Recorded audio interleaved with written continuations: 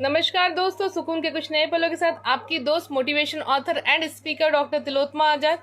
आज की इस सेशन में हम चर्चा करने जा रहे हैं कि भक्ति में विश्वास, अर्थात हमारा भक्ति में विश्वास जितना अटल होगा, जितना पक्का होगा, हमारा जीवन उतना ही सुकून और आनंद से परिपूर्ण होगा।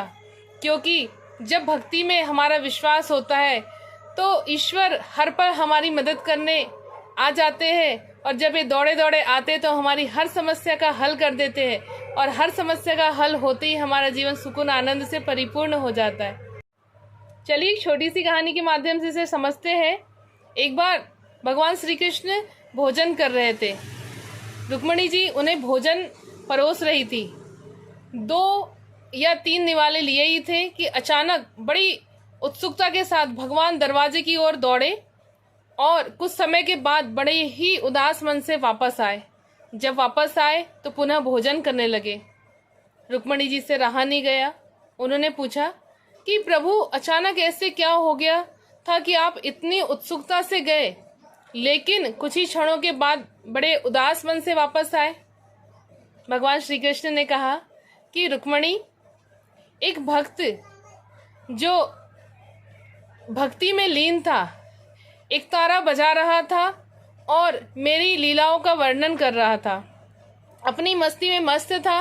भजन गाते गाते वह गांव में घूम रहा था। गांव के कुछ लोग उसे पागल कह रहे थे और पागल कहकर उसे पत्थर मारे जा रहे थे। वो खून से लथपथ था।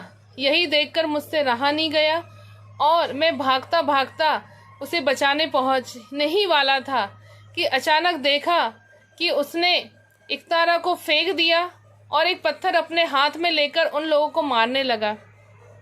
मैं समझ गया कि ये स्वयं ही अपनी रक्षा करने लगा। जब यह स्वयं रक्षा कर रहा है, मेरी इसे आवश्यकता नहीं, इस भाव से मैं वापस आ गया। मैं इसकी भक्ति की परीक्षा ले रहा था। ये अगर कुछ क्षण और रुक जाता, कुछ क्षण और सब्र करता, तो मैं इसे साक्षात दर्शन देता और इसकी मदद करता। मित्रों, हमारी भक्ति में भी ऐसा ही होता है कि हम निरंतर परीक्षा देते रहते, जब अंतिम समय आता है, जब ईश्वर हमारी परीक्षा लेते हैं, तो हमारा ईश्वर पर से विश्वास खो जाता है और हम वही करने लगते हैं जो हमें उचित लगता है। लेकिन धैर्य रखिए, ये बहुत दयालु है, कृपालु है। एक दिन ऐसा जरूर होगा कि ये अपने भक्त को दर्शन देंगे और इसकी मदद जरूर करेंगे। और जब ऐसा होता है, जब ईश्वर पर विश्वास हमारा बढ़ते जाता है, तो जीवन का हर एक पल सुकून और आनंद से परिपूर्ण हो जाता है। सुकून के कुछ नए पलों के साथ आपसे पुनः मुलाकात होगी। तब तक के लिए जय हिंद, जय भारत। आपको मेरा ये वीडियो पसंद आए तो इसे लाइक, सब्सक्राइब और शेयर करना ना भूलें।